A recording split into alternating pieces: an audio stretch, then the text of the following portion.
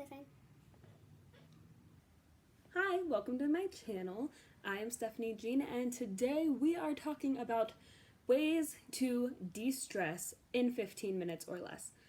As someone with anxiety and depression, finding ways to de-stress is super important, and I think part of it is just the fact that I'm in my 20s now, almost in my mid-20s now, and it's that quarter life crisis, you know, it's coming, it's a thing. So I am doing a little video on ways to de-stress in 15 minutes or less, which you probably know from the title. No big deal, it's whatever, it's casual, it's fine. So the most important thing to remember when you are doing these little activities, these little things that'll help you take a chill pill and get things into perspective, if you are on a time crunch, please remember to set a timer. You can set a timer on your phone, on your watch. You could set a timer with like one of those analog timers, like the old ones that like go, you know, and you turn a little dial and it sets the timer. I really wish I had one of those because if I did, I wouldn't get distracted by my phone. It's casual, it's fine. But that being said, you don't need to set a timer because these activities can last longer if you need them to. Before we get too far into all of that, don't forget to connect with me on social media. I have my Instagram and Twitter and Facebook and my blog linked down below, as well as other things, possibly, I don't know what I'm gonna link. It's fine. But now, let's get into it.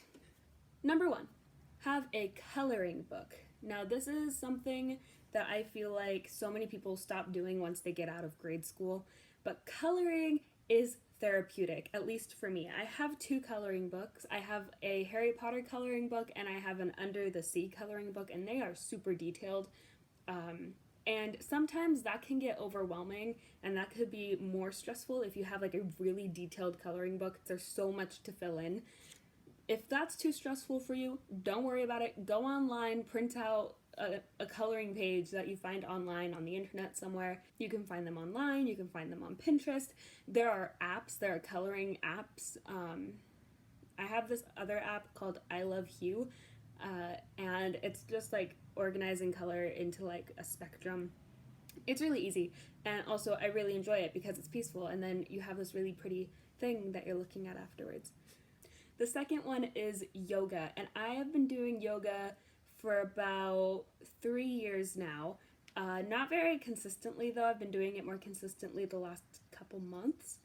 And you know, you don't have to go to a class to learn yoga. You could look up a YouTube video. There's this really good YouTuber who I follow, Yoga with Adrian. I'll link her down below too. When you are physically relaxing, it's easier to mentally relax. The third way to de-stress is to go out for a jog. Just a quick jog up and down your street, going for a little walk, walking your dog or something. Just getting outside, breathing in fresh air will again release endorphins and just kind of put you out in nature.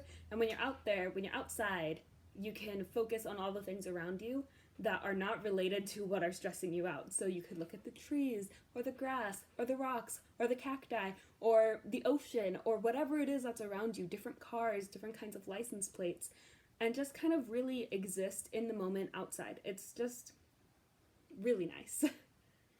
Tip number 4, or hack number 4, or method number 4, whatever, number 4 is to take a hot shower. Now, I love taking showers. I think that they're amazing. And you know, you could go to town with this. This doesn't have to be a 15-minute thing, but it definitely can be. You could take a hot shower or a cold shower. Either one that's gonna like snap you out of your funk or your anxiety or whatever that you're dealing with at the moment. Take a shower. Number 5. The 5th method, habit, thing. The 5th idea of de-stressing. This is something that I like doing when my world around me gets so convoluted and I really need an escape, is to read. Wow, shocker. Stephanie reads? What? Wow. Even if it's just one chapter or if it's just 15 minutes, it's something to take you out of where you are. If you don't have time during your day, but you're about to go to sleep and your brain is still racing and thinking of all the to-dos and tomorrow and the next day and the assignments and the deadlines and the bills you need to pay and the deposits you need to make and the plans you're making and all these things that you feel like you need to deal with in the future, but you're trying to go to bed and it's distracting you, read. If you take the 15 minutes then, right before you go to sleep, you're already in bed, you have like your light on your nightstand or on your ceiling or whatever, and you just read a chapter or for 15 minutes. It helps so much. I'm not even kidding. Also, this is something I recommend specifically for nighttime is audiobooks. Last night, I went to sleep kind of early, but my eyes really hurt, my head hurt, but I couldn't fall asleep. I have Audible. I talk about Audible all the time. I talk about audiobooks all the time, and I will live and die by this. Get audiobooks. I put on a chapter of the book I'm currently listening to, which is Still Me by Jojo Moyes. I put the timer on to turn off at the end of the chapter, and by the time the chapter ended, I was like, all right, I'm going to sleep now. Good night. Number 6, also with your ears, is listening to a podcast. There are a lot of podcasts that I listen to that are about 30 minutes long, and if you have 15 minutes, you can get through half a podcast, and then you can listen to the other half at another point in time where you need to de-stress, maybe later in the day or the next day or whatever. I used to have the Apple Podcasts thing, but I ended up deleting it because I didn't have enough storage space on my phone. And also I have Spotify now, so I just use Spotify. So these are some of the podcasts that I've been listening to lately. They include Myths and Legends, Ologies, Mythology, Unsolved Murders, Cults, Overdue, Lore, Kaylin's Coffee Talks. Another dog! There are so many dogs! Okay, so number 7 is to clean something. And this is something that you can do in a really short amount of time as well. You don't have to take on a task as big as clean the entire apartment or clean the entire kitchen. But you could potentially clean out your fridge. That's something small and manageable and can easily be done in 15 minutes, and then you feel really good about after. Clean out your fridge, you can clean off your desk, you can organize your jewelry, you could clean your bathtub, something small, something manageable, something easy to check off a list, and then makes you go, okay, and it separated you from all the things that was distracting you. Unless cleaning your apartment was something that was distracting you, and you have on your to-do list all these different small tasks in your apartment to do, just pick one, anyone, it doesn't matter. Clean your TV, clean the windows in your apartment, and just that, and that will be your 15 minutes, and you know, who knows, you could listen to an audiobook or a podcast while you do that.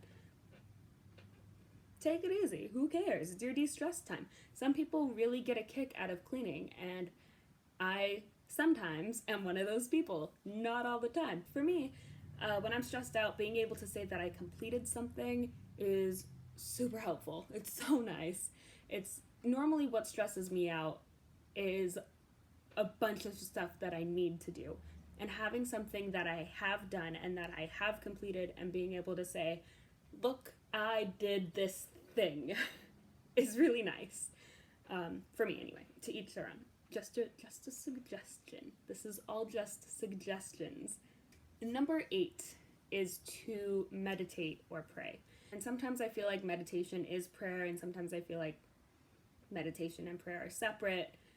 Kind of depends on the day. But just to sit down or lay down on the floor maybe and take a deep breath, listen to your body and your heart and your soul and the universe speaking back to you, and just be.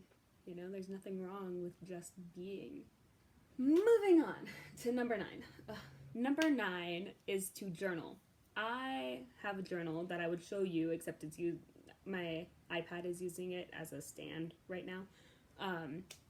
And I carry it around with me all the time.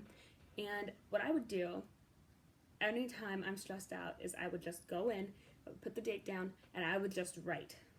I like to write in cursive, so I practice my cursive. So if you have not practiced your cursive or your penmanship in a while, this is also a really great way to practice penmanship. It's amazing.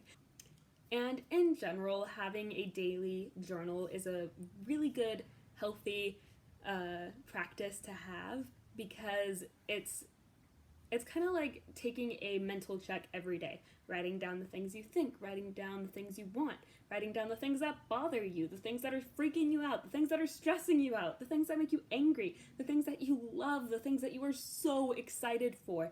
And another thing that you could do is you could write these entries in your journal as just what you're thinking, a stream of consciousness, which is normally what I do, but sometimes I also write them as letters.